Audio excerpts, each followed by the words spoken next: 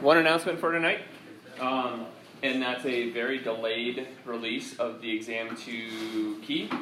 It is up on Blackboard. Did you guys find the exam wrapper valuable for Exam 1? Yes. Yeah, you will still also earn points back once I get my life in order. Like end of summer sometime, you know. No, it'll be for it. But regardless of whether you get points for it or not, one of the main reasons that I have you guys do an exam wrapper like that is to see how much value comes from going back, reflecting on how you did on an exam, what you thought you knew how to do, what you are able to do, trying to identify why that is, what you can change about your study habits, what you can learn from the way other people study in order to perform better on the next assessment for this class or other classes. So please do that regardless of whether you get points or not. So the exam key is up. You can go back through, look over the exam key for Exam 2 if you haven't already gone through your exam, figured out what you missed and why. Some of that was obviously through the scratch-offs. You saw some of that. But take the time to do that, not just for this class. Any questions for logistics or anything that you guys can think of? All right. Supplemental instruction is being printed off currently. It will be brought down. It is going to be in order to support you in lab currently. It will help you focus on entropy, enthalpy, Gibbs free energy, kind of getting a handle on some of that. So hopefully that will be a valuable activity for you guys to do. In the meantime, our class today, once we have our team join us here. Hi guys. I want us to be focusing today on how you make a buffer, what is a buffer, how does it relate to titrations. So, if you haven't already, go ahead and answer this quick question. Thinking about why would it be a buffer solution? In what situation would it or would it not be a buffer solution?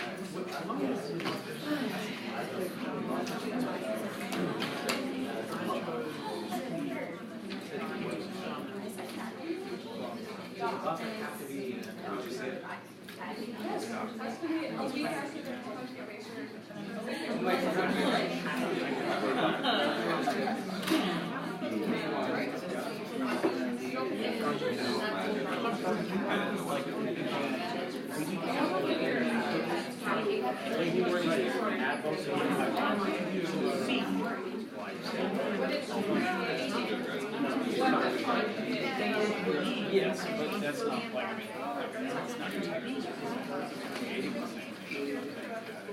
All right, we've got 36 responses, a couple more than that here today. We have a split vote, almost down the middle, between B as in Bravo and D as in David. Talk to your neighbors and try to figure out which one of those you agree with. D as in Bravo or D as in David. Say for both. Why is it right? What is right about it, what is not? About each of those two.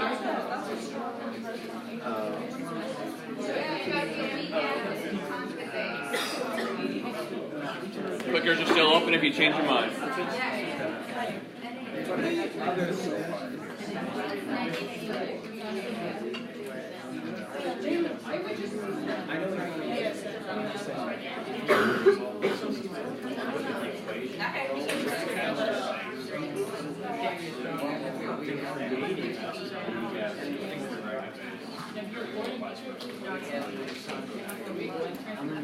All right, I'm going to close it out now. Let's see where we end up.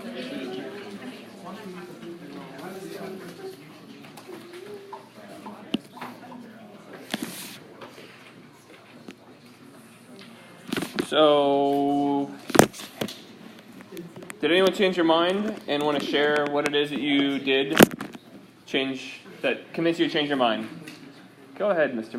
Milner. My team of D around me, I was B, and one thing I was really concerned about was the conjugate. So in my mind, I thought HNO3 and then Na will drop off, so then there's a conjugate, but then they reminded me that it has to be a weak acid. And is strong acid. Great. So we know our six, and I'm not saying this for the sake of it, like, it's really important to know those 6 strong acids and what makes a strong base. Do we have any other strong acids besides HNO3 up here? Okay, so what's curious to me is that a majority of the class seemed to not answer A and see that that didn't make a buffer. But what's interesting is that B, why might you say that B would be a buffer when you know that A isn't?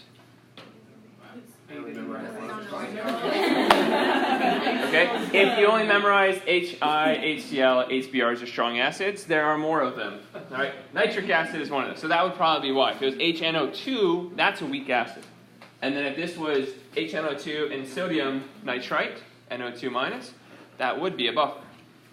All right. So then, strong acid combined with this guy, not a buffer. This is a salt. Is this an acidic, basic, or neutral salt? Good question. Talk to your neighbor. Acidic, basic, or neutral? Okay, we heard a chorus around the room that was acidic. Didn't need much discussion. All right, if this goes into water, we're going to lose a chloride, which means it's NH4 plus Cl minus. NH4 plus is a conjugate acid of NH3. So this is acidic. So we have a strong acid and a weak acid in water. That's not a buffer. All right, we're going to get into situations where we're going to start thinking about what would make a buffer. We can add a strong to make a buffer. Remember we talked about that last class? If I had this in C, what could I add to this to make a buffer besides the conjugate base? Talk to your neighbor for a second. What can I replace the first part of C with in order to make a buffer that was not its direct conjugate base?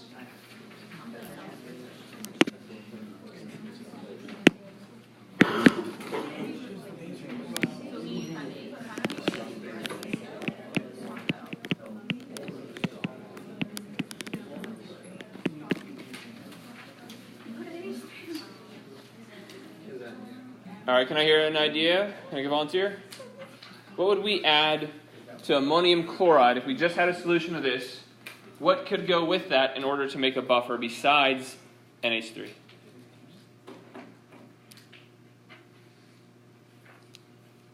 Matt? I'll go with the sodium hydroxide Why? because sodium and chlorine will stay spectator atoms, but hydroxide is a strong base. So we add a strong base to a weak acid, and in doing that, we can make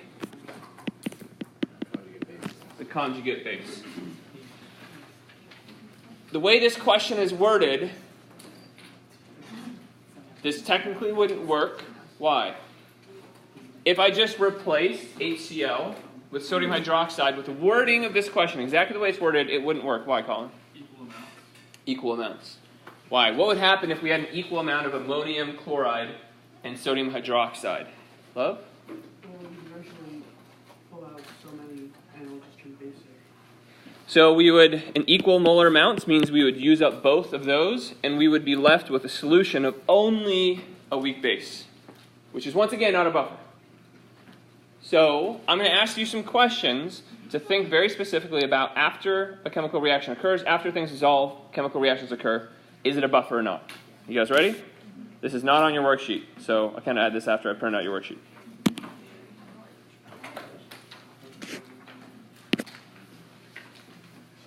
So we have yes, no's. Is this going to make a buffer if we combine these two things, add these many millimoles into a liter of water?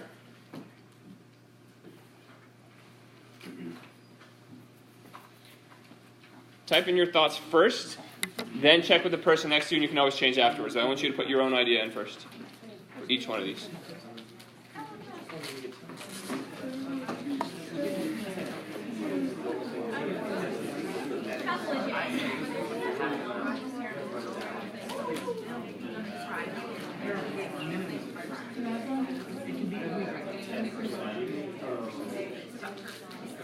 We only have 26 responses. That means that some people did not click in their own thoughts first before talking. So please submit a response, then discuss.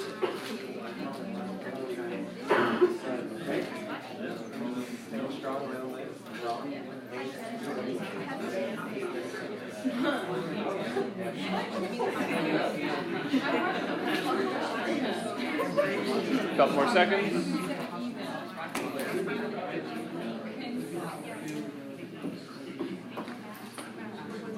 All right, can I hear from someone new how you thought through to get to an answer for this problem?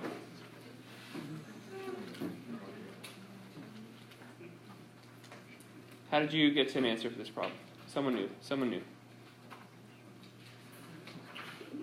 Humphrey.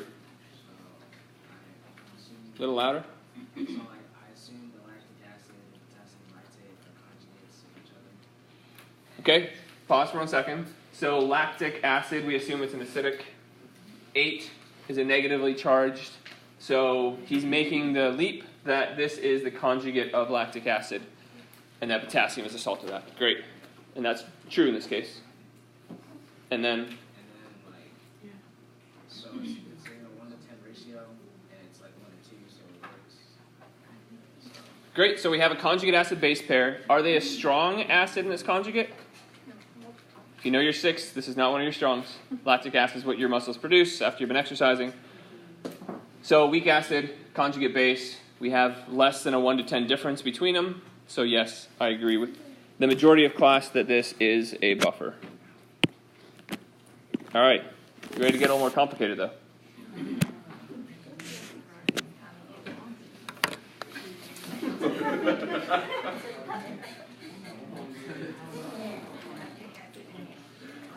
That's weird that it grayed out. Sorry, animation failed, the second one.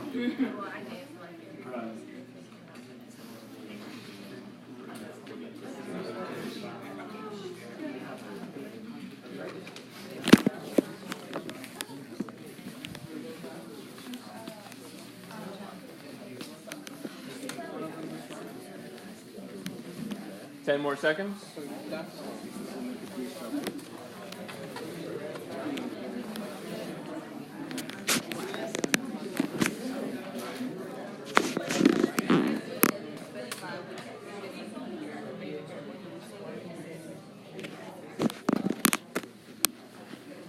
All right. Kayla, do you mind sharing your discussion with the class? Your math discussion?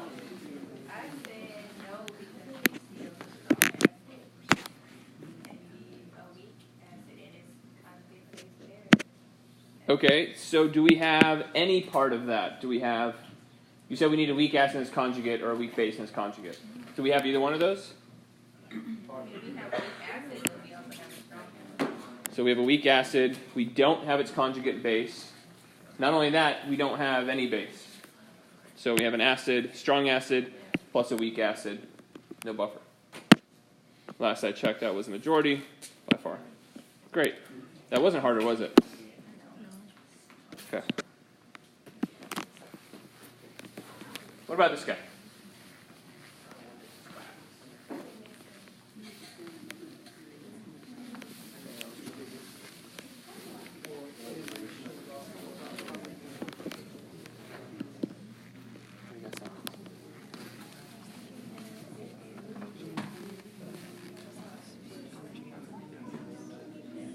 It's not its conjugate base.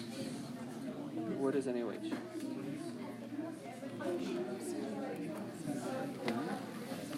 That should stand out to you as having a very specific property.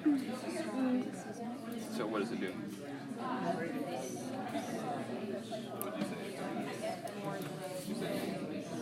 So it's going to now be part of a limiting reactant of the problem. So does it have an acidic proton somewhere to attack to use up? What's it going to make afterwards? So go through that process. Think what's going to be left afterwards. Is that a buffer? Where did you put a buffer?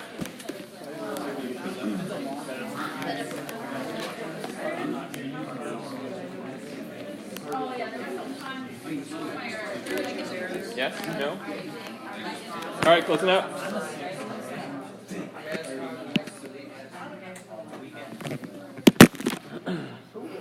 Marlene, David, can I hear your guys' discussion around this one?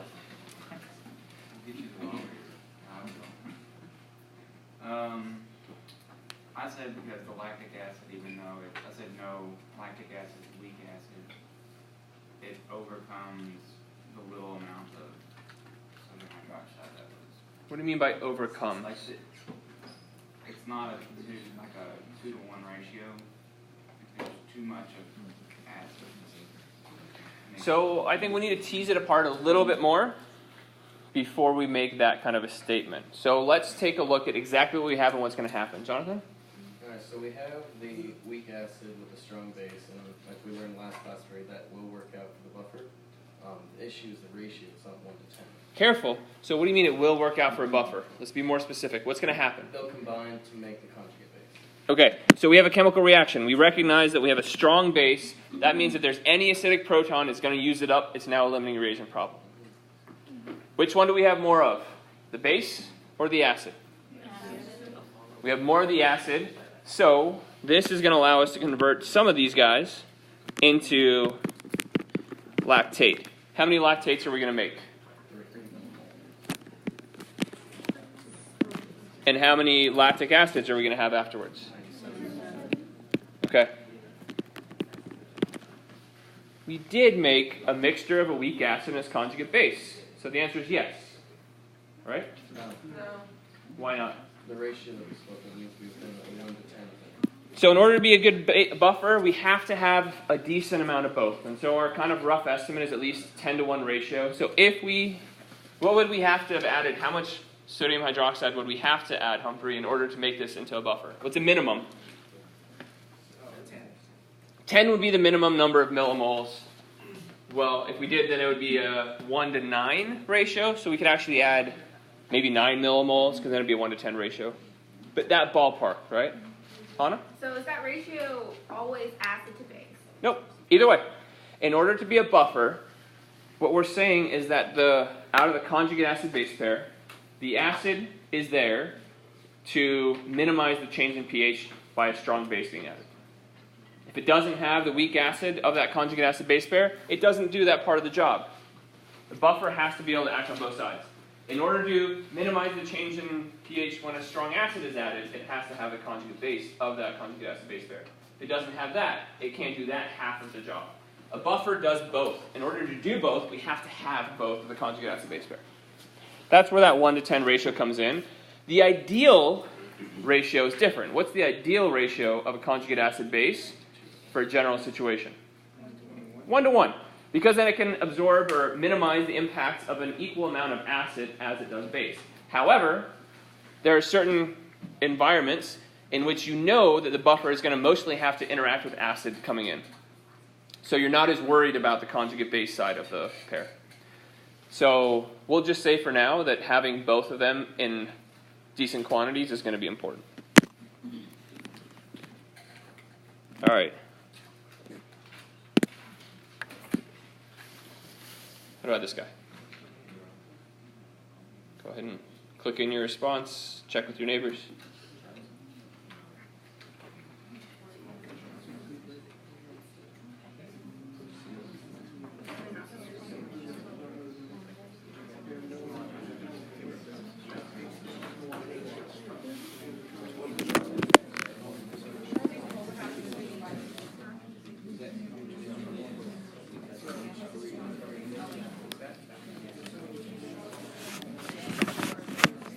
Couple more seconds.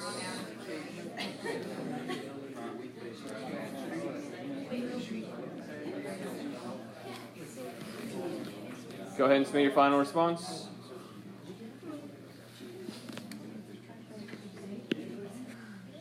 All right. Can I hear from Echo, Maggie, Tyler, or Lynn? One of you guys. One of the four of you. What, Maggie? Tyler, thanks for volunteering. How did you think about this? We saw that it wasn't appropriate ratio. It's too much. What do you mean? How did you get there?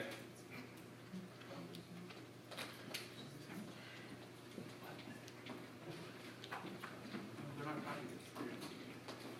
This is true. Ammonia and HCl are not conjugates.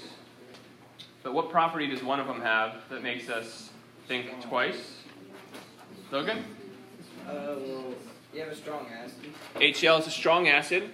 so you don't have any type of base at all, because ammonia's, well, you have ammonia, but like the ratio is not. It's like 1-to-1, but you still got strong acid, so it can't like Strong acid do both sides. So we need to be even more detailed than that. Anthony, can you elaborate? You said the other day that strong acids and strong bases always react to utilization. So, assuming that ammonia is a base and that HCl is a strong acid, you would end up it being an acidic overall, because 75 millimoles would react with the 75 millimoles, and you'd have 75 millimoles of ammonium, which is acidic. You guys follow? No. So what Anthony said is that we recognize that we have a weak base and a strong acid. We can combine these to make a buffer, but we have to think about how much of each we have, which one runs out first, and what's left afterwards. So if I do my little ICF table, which is a way I'd like to do limiting reagents, we say we have no millimoles of ammonia to start with. Remember, it's a limiting reagent problem. The ratio is a 1-to-1 stoichiometry. So we're going to consume 75 millimoles of each and generate, in that process, 75 millimoles of ammonium. That means we're left with no NH3, no HCl, 75 millimoles of NH4+. Is this a buffer? No. Why?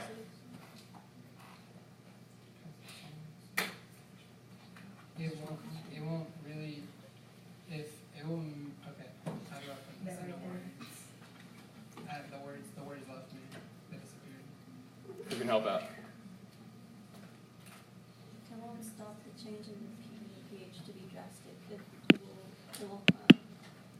What it will continue to be drastic. It won't.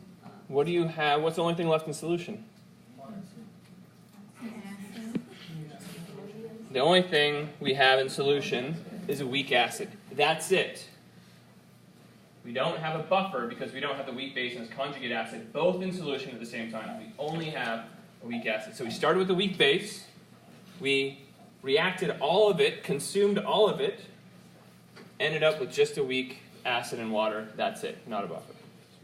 Question? Comment? So if we, let's just say, doubled the moles of ammonia, then it would work out as a buffer? Exactly. We started with 150 millimoles of ammonia. We would end up with a mixture that was 75 millimoles, 75 millimoles. It would be a buffer of ammonia and ammonium. Good point. Questions? What would the pH of that solution be? Of the one I mentioned, it would be neutral. It would be 1-to-1 acid base. No? Can someone please help us get a little bit more of an accurate answer than that? If we have an equal mixture of ammonia and ammonium, the pH will not be 7. What is the pH related to? pH equals pK. Big difference. All right, we could use a Henderson-Hasselbalch. We know that the ratio is 1-to-1. pH equals pK plus log of 1, 0. So anytime we have a mixture of both of these, once we categorize that as being a buffer, the reason I'm pounding this into your guys' head as far as identifying if we end up with a buffer or not is because it changes the way that we solve that problem and determine the pH of it, and what it's useful for. This, we can't use a Henderson-Hasselbalch equation to solve the pH after everything is done. So, how would we find the pH of the solution? Talk to your neighbor. How would we find the pH of this solution after the reaction is complete is where we would start. So talk to your neighbor. How would we find the pH of that solution? What steps would we need to take?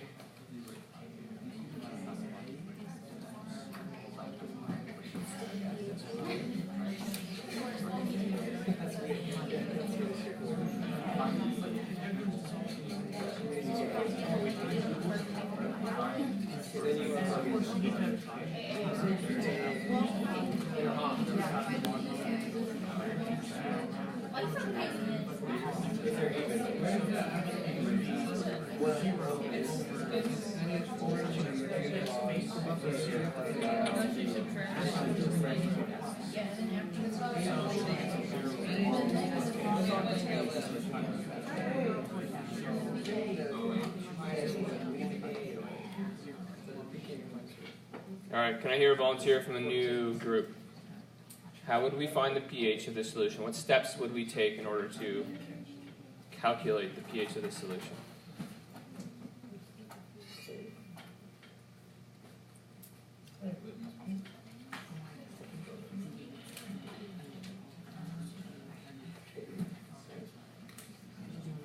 can wait.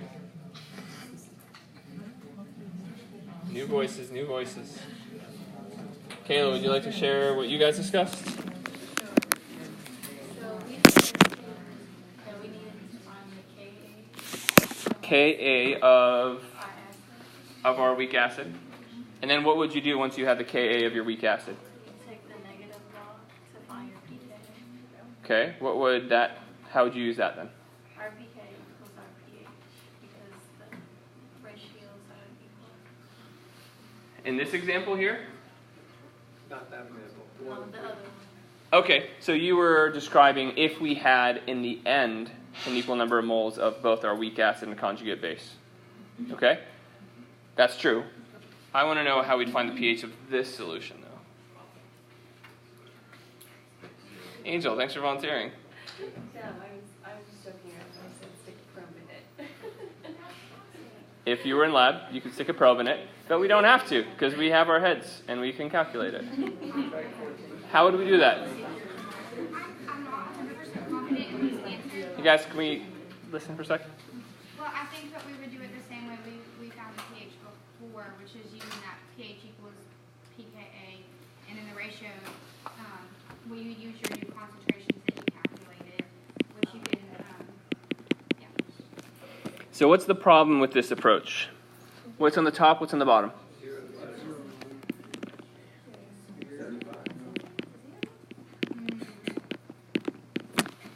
Can't do it. Not a buffer is another. So 2 reasons you can't do it.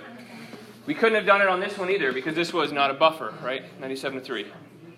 So we absolutely can't do it because this one is not a buffer. So love, what would we do? So the first thing I do is set up a new equation where you're setting H4 plus and then plus water H2O.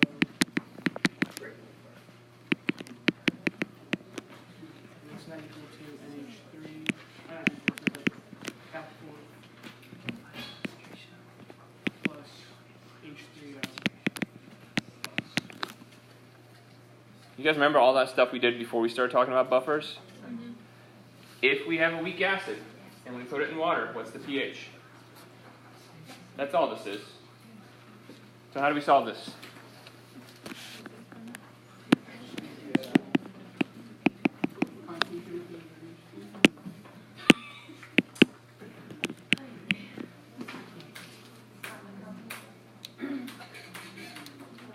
Avery?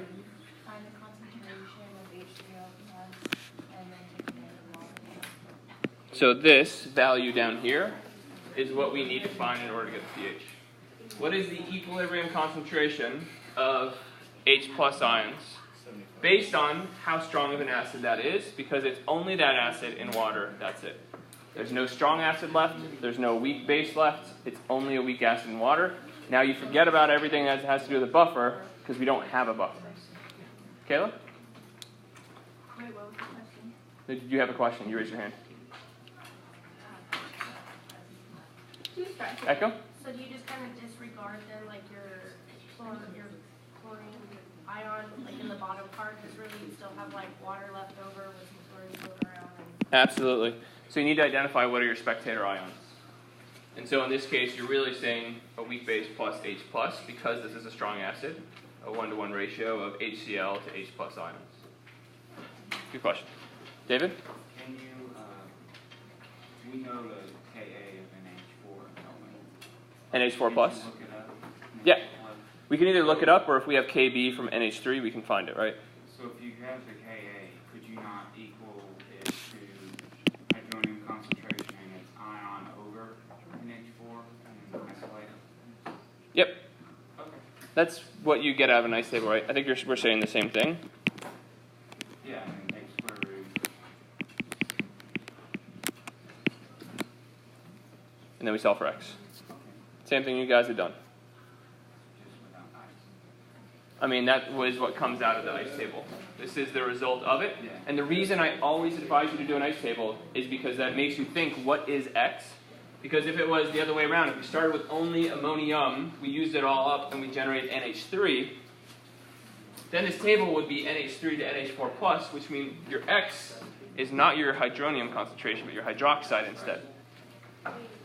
So I really, really recommend whenever you're doing an equilibrium reaction, trying to find pH or concentration, write out that ice table so you know exactly what your X value is that you're calculating. Questions? Didn't your homework have some problems like this?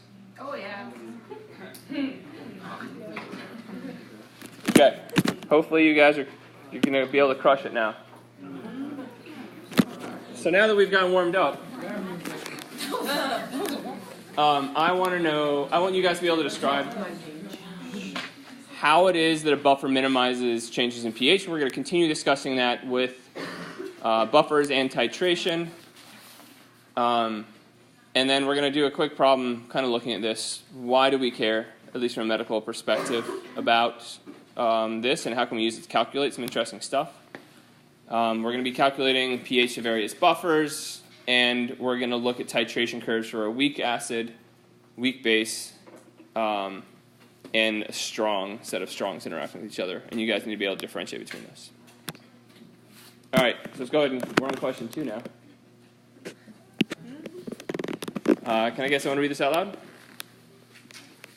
Volunteer? Angel? After exercise, there is a significant Amount of lactic acid dissolved in blood, assuming that the standard physiological is not disrupted due to the buffering capacity of blood. We should expect more lactic acid than lactate, an equal amount of lactic acid and lactate, more lactate than lactic acid. Go ahead and take a minute and talk to your neighbor and try to figure out how you would answer this question. I do believe you did some things on the homework, or you have them set up to help you on this. Maybe this is on your next homework that I set up on Monday. You have all the tools you need. How do you solve this?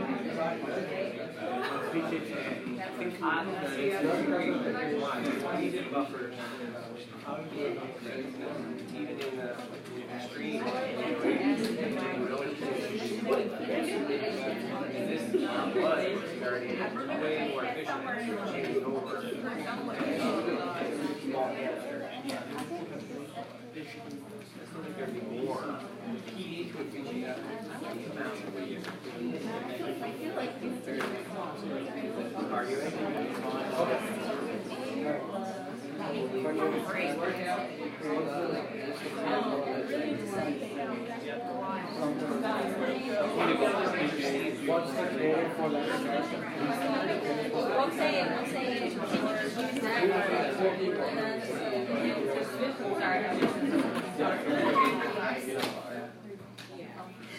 right, congratulations.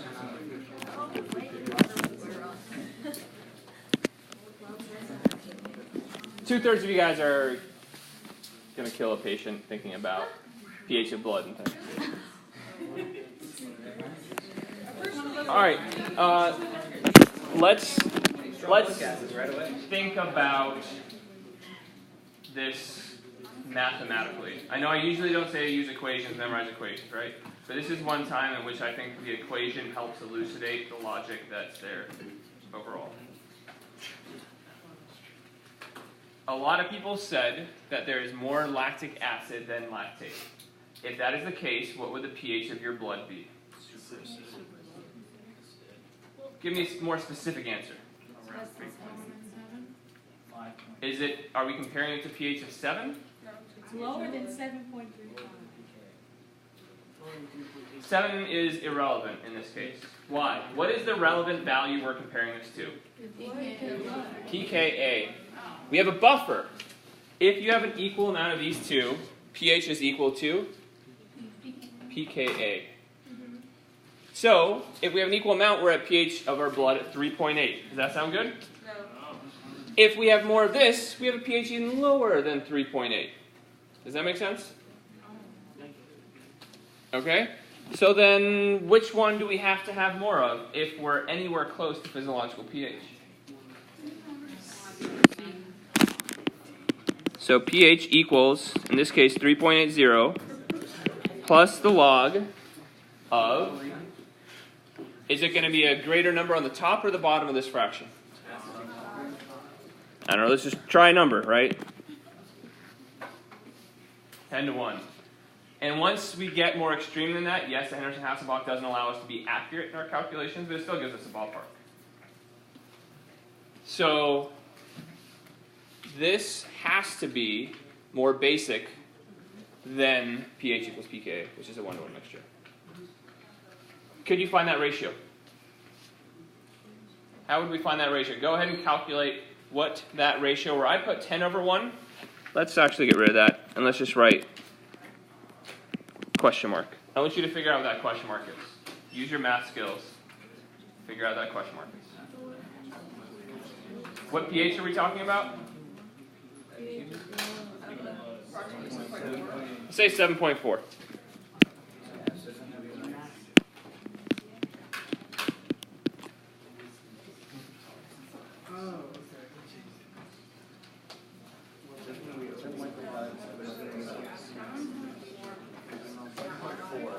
That's what we want to do. Adding an acid to a buffer. This is a mixture of a conjugate acid base that has its own solutions. So what that tells us is that as this is released into our blood, there must be other things that are shifting the balance of these, and this is actually not existing in this form, it's existing more in this form. So that's the pH, you're trying to sure? Oh, our blood is really close. Physiological pH can't be shut, or our body shuts down. All right, did anyone get a number? Did anyone get a ratio? Let's just throw this out there. I will ask this on an exam. You guys need to be able to tell me what the ratio is of a conjugate acid-base pair at a specific pH. Because this shows that you understand how that mathematical relationship works. So make a star next to this and note whatever if you're not comfortable doing this calculation right now. Chelsea, are you raising your hand? Kayla, do you want to share?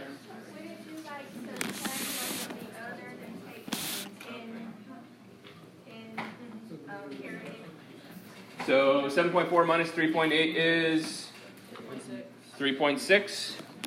3.6 equals log of question mark. 10 to the 3.6 equals question mark. Right? I just went through it quickly. I'm not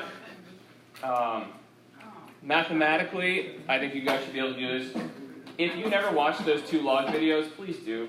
Go back and watch those. Our average score on that quiz, which is literally questions taken from that, was an average of like 50%. So that means that a lot of people did not get it if you went through it, or did not watch those 2 log videos on Dr. Belfer's page. So please go back and learn how to work through logs if you don't have that. So you said this question, or one like to be on the exam. Is that 7.4 something that we need to memorize as the logical pH, or on that question on the exam, the pH would be given? No, so it would be the idea that you need to be able to, you don't need to memorize pHs. So once we start talking about that, we would be given the variables. But you need to know how to go from percentage or fraction to pH, or figuring out pKa, or the other way around. So from the question mark, that value, what? Because it's like 3,000 or something. So what does that actually mean? So what does that mean? Good question. What did you find? What was the answer? 3,980. Over 1. Yes. What does that mean, Josh? That's a lot more acid to base. A lot more. Remember, the base is on the top, conjugate acids on the bottom. Yeah. So what that tells us is that we're going to find a much larger concentration of lactate in your blood. And so I had some questions like, but our body's producing lactic acid. That's true. So once the lactic acid goes into the blood, if all of that were to just be there and to exist as lactic acid, we'd have very, very acidic blood. Once the pH drops below about 7 or 6.8, we go into shock because we have acidosis. And we don't do well with acidic blood outside of a very small range. So that means that somehow our body converts a lot of this to this in order to maintain a pH that's in a reasonable range of function for our proteins and everything in our body.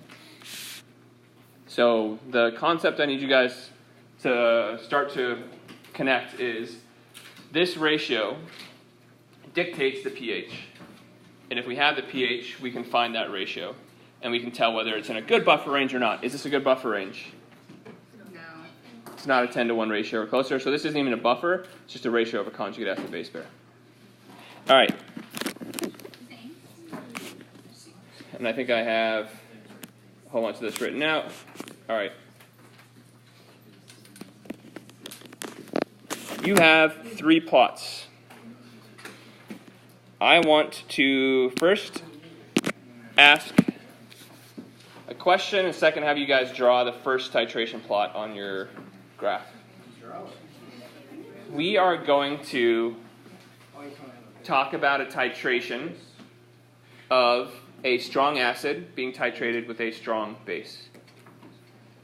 I want you to click in what is the pH at the equivalence point of this titration. Talk to your neighbor if you need to. At the equivalence point of the titration of these 2 things, and I have the equation written up there.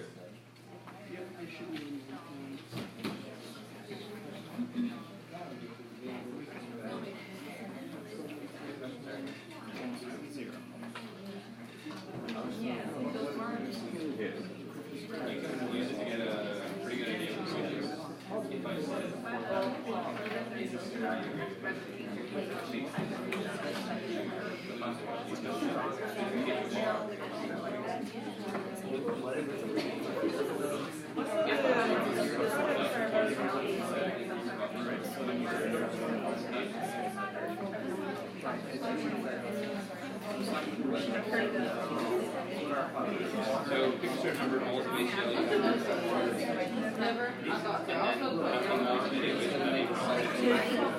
And then how many pieces you have.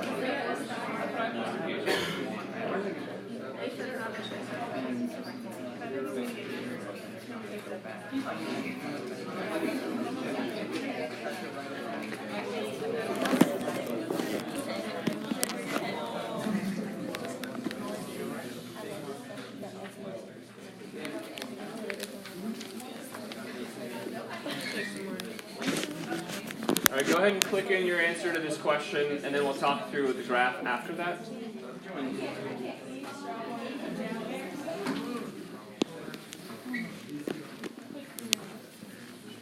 If you haven't already drawn, go ahead and use pencil. Draw what you think that titration curve is going to look like.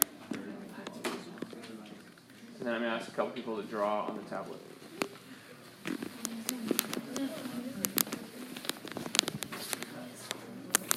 So let's talk about the number first, since we have almost everyone clicked in. I'm going to just take a look at these values because I think it's actually interesting to see the numbers. 89% of students said a pH of 7. All right, that makes me feel okay. Why? So they're both strong. So what does the equivalence point mean first? Let's go through it step by step. What does equivalence point mean? Ruby? Equal moles of your titrant and your analyte. Which one's a titrant in this case? Which one's the analyte? Which one are you analyzing? Which one are you titrating it with? Titrating it with a base, right?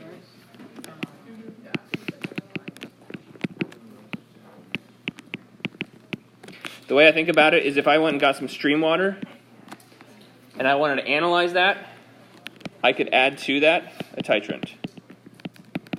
Because I'm analyzing the analyte. It's always going to be the thing down here that is you're pouring something into. That's the analyte. In this case, maybe analyte is a little bit of a strange term because we're technically not analyzing it, but it's the one that something is being added to. It's being titrated with a strong base. So if we have an equivalence point, Ruby was saying we have the same number of moles of each. So let's say that we have 10 moles of HCl. We'd have 10 moles of NaOH. What's going to happen to those two?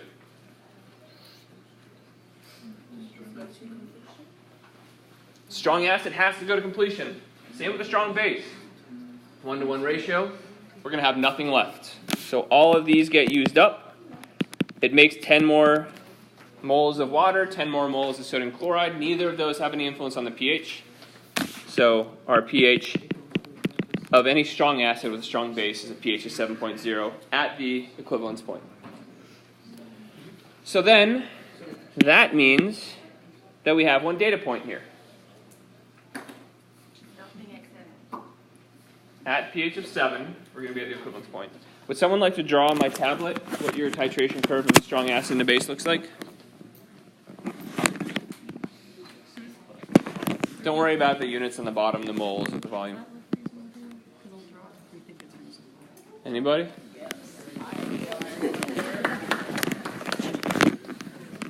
Don't worry about touching with your hand, just use the pencil.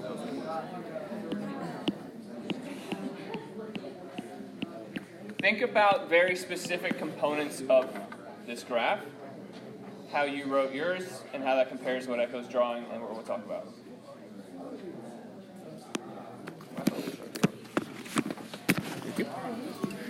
All right. So, let's think about what we started with in that beaker at first. What was in the beaker by itself at first? Just HCl. Should that be a low pH or high pH? Low pH. Great. So this would be a 1 molar solution because we know it's HCl. Regardless, it should be low. It should be really low. As we add base, what happens to the pH? It goes up. Consumes a little bit, and then you have this really steep part here, crosses over 7. And she did a really good job of showing that the middle of that is at a pH of 7. How much, based on this diagram here, it's hard to say. If this was moles instead, moles of hydroxide added, how many moles of HCl would we have had to start with?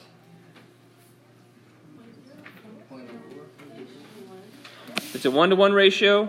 This is the equivalence point where it has the steepest part of that graph, which means that we had exactly 0.04 moles of HCl because when we added 0.04 moles of sodium hydroxide, we used up all of the analyte. Why is the pH shooting up here? Why is that so steep?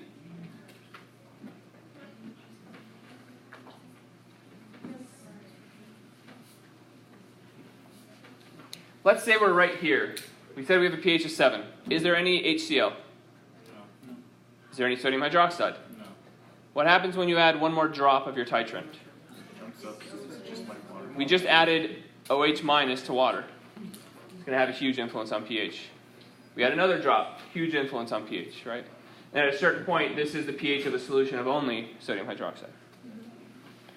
So I think my drawing is something very, very, very similar to that. Great job.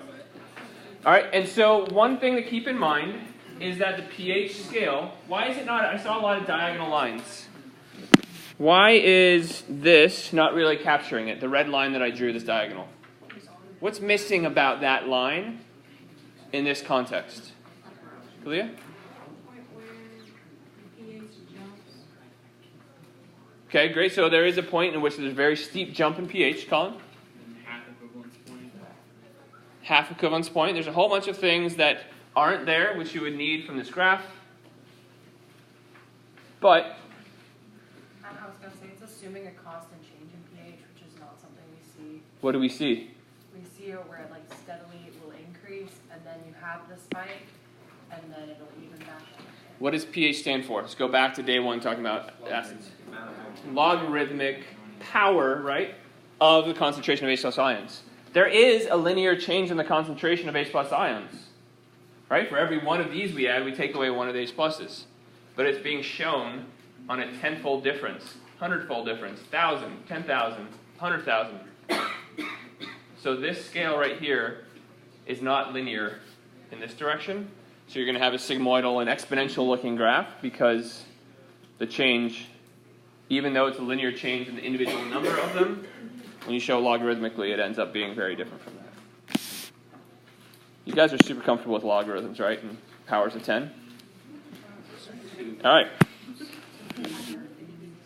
So now I want you to draw the other two graphs, which is 2b, 2c, which is, I think I have 2b listed as a weak acid titrated with a strong base, and then the C is a weak base titrated with a strong acid. Keep in mind those points. Remember over here, we started at a certain pH. We had this vertical line at the middle of that at a certain pH. Think about where the middle of this is and some of the stuff you guys have done in lab. So take about 3 minutes to draw those two graphs. Draw them in pencil. Consult with your friends around you and our helpers in class. Before you ask someone else for help, try to just predict and draw at least a couple things, and then work on that. Start from your own idea first, please.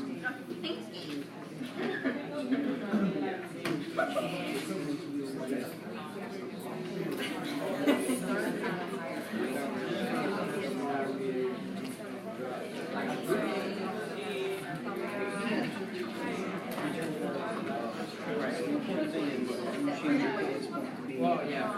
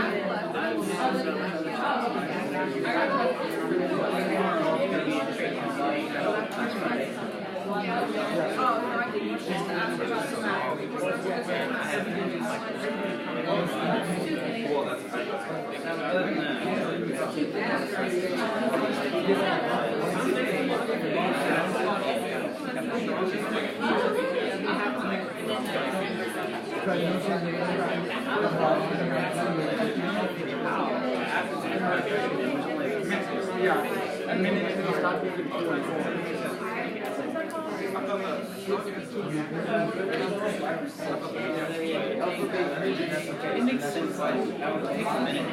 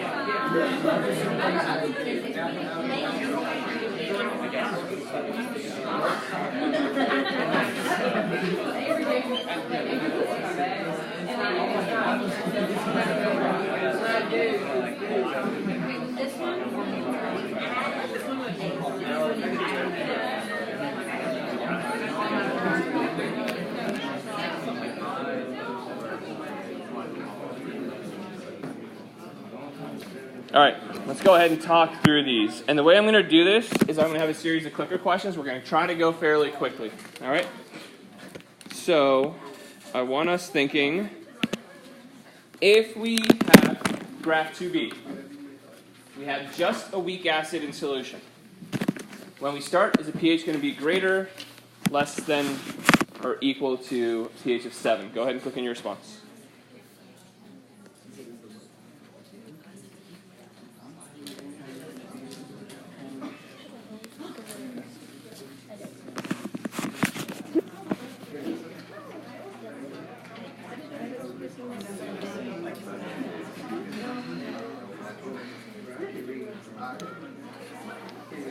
Check with your neighbor, because we have a split answer here. And make sure you're understanding the question right. I think you might have misread the question.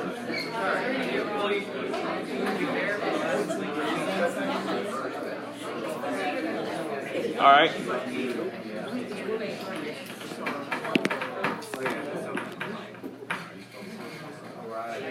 We have a weak acid in water. We know it's going to be an acidic pH. Is it going to be, depends on concentration, right?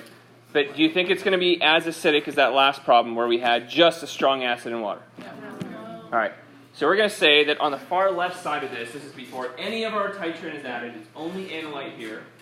So that's just a weak acid. So we're going to have some acidic pH, but we're probably not going to go as far down the scale as if we had just a strong acid. Second question. I want us thinking a little bit further out now. What is the pH when you've used up half of your weak acid in the titration? When you've done that, that's the half equivalence point. So that means we've gotten to the point now where we have an equal concentration of our weak acid and conjugate base.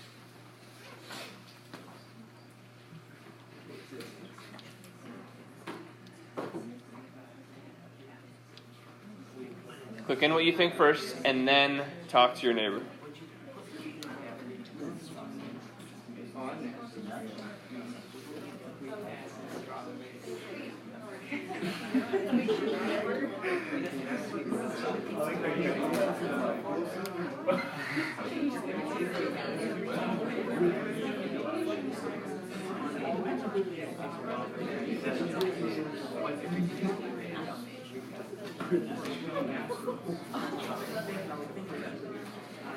You guys feel pretty good about this?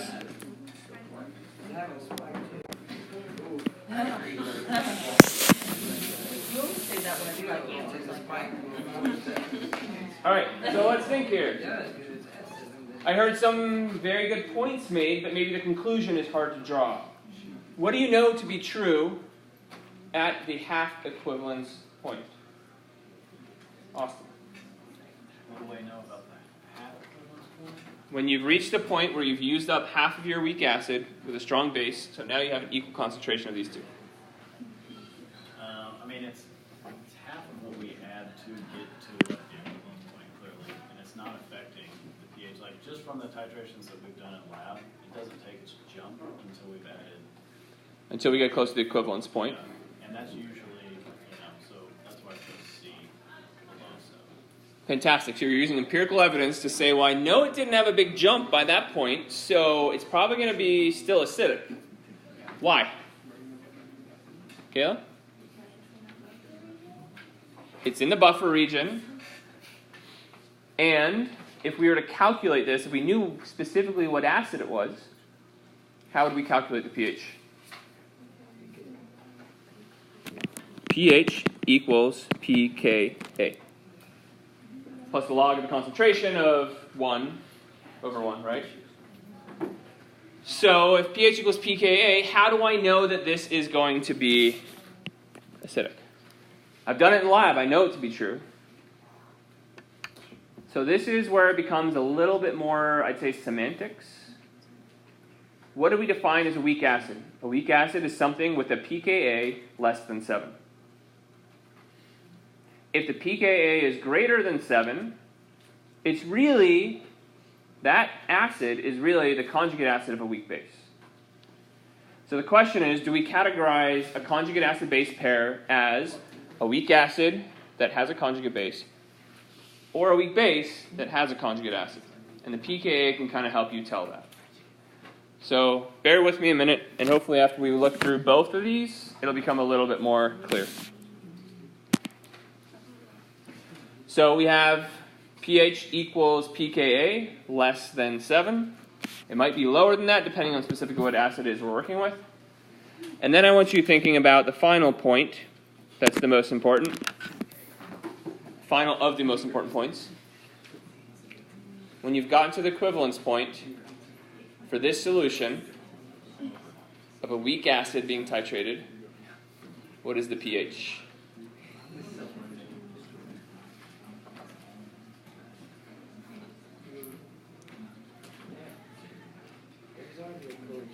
And tell your partner or your neighbor, what is left in solution at this point? What is the pH of that? Is everyone good? We got 38 responses?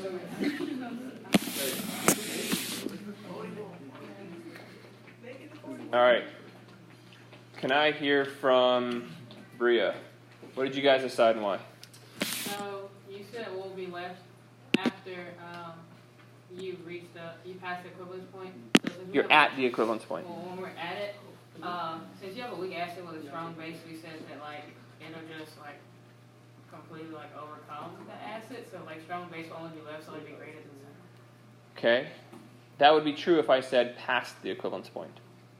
So can someone point out what the difference is with what I'm asking versus what Brio is talking about? We're not past the equivalence point, we're at the equivalence point. Kalia. At the equivalence point, there's... Do we have any OH minus at the equivalence point? Nope. Do we have any HA at the equivalence point, the weak acid? Those are both used up. Those were limiting reagents, both of them. What do we have left then? The only thing we have left at the equivalence point is the conjugate. Because we've used up, remember our equation is a weak acid plus hydroxide, full-headed arrow gives us plus water. We're saying we have the exact same number of moles of these two. That should be a minus. So then if we use up both of these, the only thing we have left is a weak base. What's a solution, the pH of a solution with a weak base and a weak base only? Basic, right? pH is higher than 7.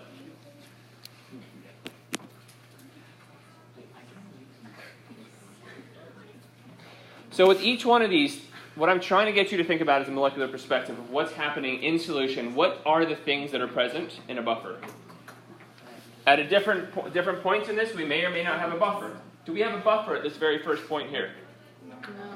We only have a weak acid in water. How would we solve for the pH of this solution? If I ask, what's the pH of your starting solution of a weak acid? What approach would you use to solve for the pH of that solution? You have a weak acid in water. How do you find the pH? Rice. All right, here, at this point, we have a mixture of a conjugate acid-base pair. How do you find the pH of a conjugate acid-base pair mixture? Henderson-Hasselbalch. It's a buffer. Here, do we still have a buffer? We only have a weak base. That's it. How do we find the pH of a solution of a weak base? Price table. All right, so to answer these kinds of questions, you can't just go through and try plugging in different equations. You have to first understand what is in solution. What properties does that have? Is that considered a base or not a base? Is it considered a weak acid or a weak base only? And then from there, you can decide what approach to use. So for the first part, we go from having only a weak acid, mixture of a weak acid, weak base, only a weak base. What do we have once we go past that? What's in solution now once we go past that volume of titrant? We still have our A-, right? And hydroxide. More and more and more hydroxide. So we're going to have a very big increase in pH once we get to the equivalence point, because now we're adding hydroxide straight to that. So the things I would want to see, maybe I'll give you a different titration curve and say, is this a weak acid? What is a titrant? What is the analyte? Is it a weak acid or a weak base you're starting with? Is it being titrated with a strong acid or a strong base? Be able to differentiate between those. Let's turn that around now and let's think about if we do the same titration curve with a weak base. Go ahead and take about 30 seconds to look at your graph C. See if there's any modifications you'd like to make based on those set of questions I just asked you. What would the starting pH be? What would the pH be at half the equivalence point? What is that, the equivalence point for a weak base?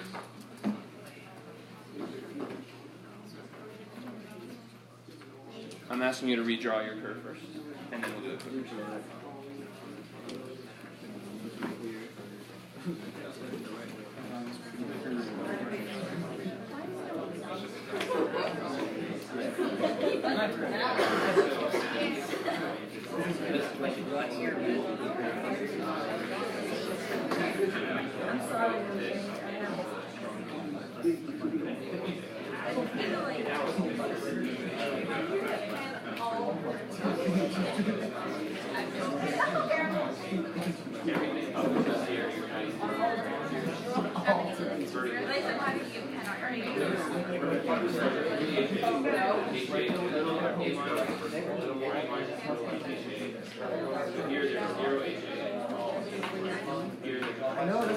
It's now my life. My kindergarten started my kindergarten. It doesn't turn. It's just now this is the first Like we add time. All right, let's go. So, when you have a weak base in solution, starting, only that. Which of these describes the pH? Go ahead and click in your response, please.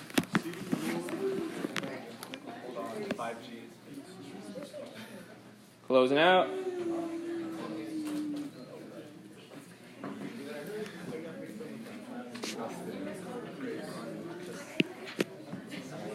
All right. Why? Why is everybody entering it? It's a weak base in water. All right, easy enough. So we start with a weak base in water. We have a pH greater than 7 because it's a base. When you get to the half equivalence point, take a guess at what you think the pH will be there.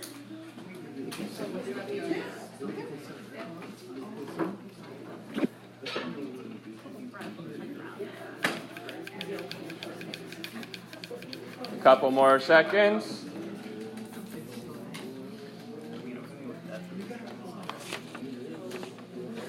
Closing up. Not as confident, but the majority answer is still pH is greater than 7. Why?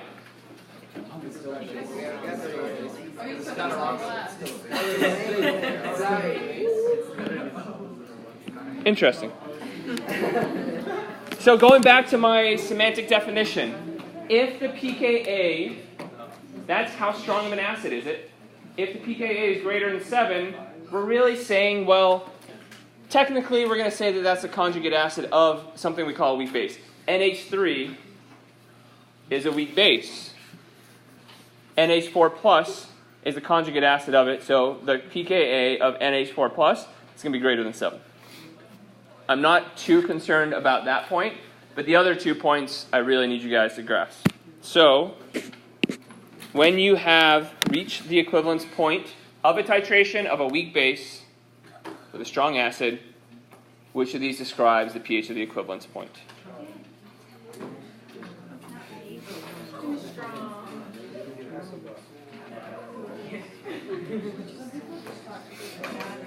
Couple more seconds.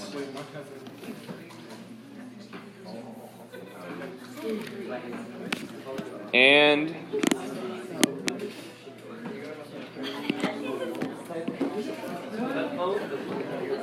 is it 7? Is the pH 7 at the equivalence point? No. That's only true for what kinds of acid-base titration?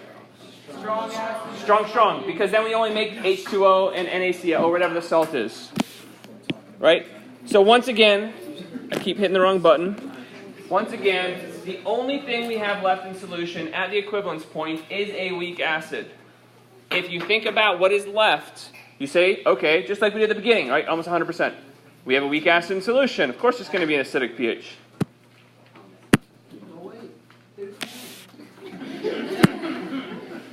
So that means that during a titration, we start with only a weak base. We're converting more and more of that to a conjugate acid. We reach pH equals pKa of the conjugate acid. And then we keep going until we've consumed all the weak base. We only have the conjugate acid. And then past that point, now we have only the conjugate acid, and then H plus, and H plus, and more H plus, and more H plus. So we're going to see a drastic change. I wish I had a car. Honestly, all right. We do still have 2 more minutes. All right. Can you set half stack on each side? Make sure as we're not going yet, but when you do leave, there's a supplemental instruction on both sides to pick that up on your way out. All right. Conceptually, how would we answer this question? It's question number 3.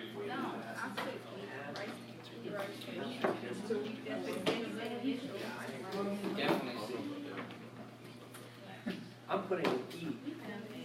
I'm going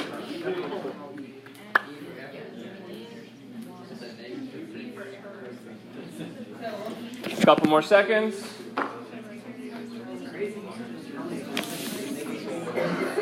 And closing out.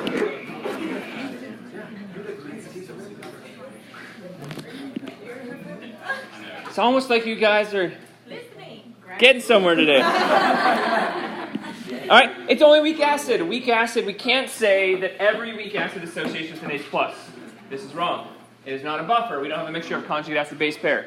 We can't use a Henderson-Hasselbalch. So, could you find the pH of the solution? We could, theoretically. So, we could use an ice table. And remember this little animation. I think today is Wednesday. I think you're right. I want you guys to work through this. Just this problem. So up through problem 5. I want you to work through that, and let's start. I'll start when I go back to my office right now, a discussion board where people can post questions on how to do this. If you get stuck on the first part, post a question. If you get stuck on the third part, post the question. I want you to have this done before you start on your homework, because your homework is going to be a number of these. So I want you to have that clarified before you start. All right, thanks a lot, guys.